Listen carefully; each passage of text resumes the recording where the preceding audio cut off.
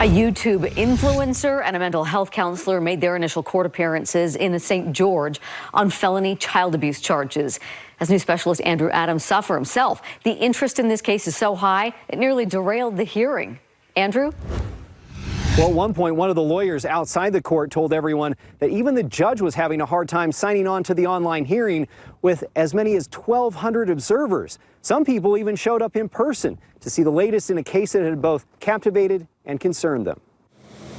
It was like my whole childhood, so I thought it was crazy. On a quiet day outside 5th District Court, it was anything but inside. I grew up watching the 8 Passengers channel, and so when I saw all this happening, I got super intrigued. Complete strangers showed to see the initial appearances of 8 Passengers influencer Ruby Franke and mental health counselor Jody Hildebrand, both charged with 6 counts of aggravated child abuse. And also I'm interested in looking into criminal psychology, so I wanted to come to a case I was interested in. It seemed a lot of people had the same idea. So many logged on to the online hearing, it clogged up the system. Because of the interest in these hearings today from the public and members of the media, we've had some technical difficulties. Nearly 40 minutes after the scheduled start time.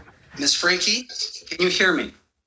Yes. Franke and Hildebrand made their separate appearances to face their charges for the first time. Both women are being held without bail, and a hearing was scheduled to address that matter. She's aware of the charges, she's aware of the elements, she's aware of the potential penalties. When I was a kid, I just thought they were the coolest family, and I'd watch them all day, every day, whenever I had free time. Given the influencers' popularity in particular, observers say the ordeal has left them stunned as the world watches. With how popular they were and how much it's been blowing up over social media, I can understand why.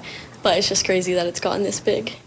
Well, that hearing about the bail issue was set for September 21st, but it sounds like at least one of the lawyers has a potential conflict. So we'll have to see how that shakes out over the next couple of weeks. Again, both women being held without bail here in Washington County. Andrew Adams, KSL 5 News.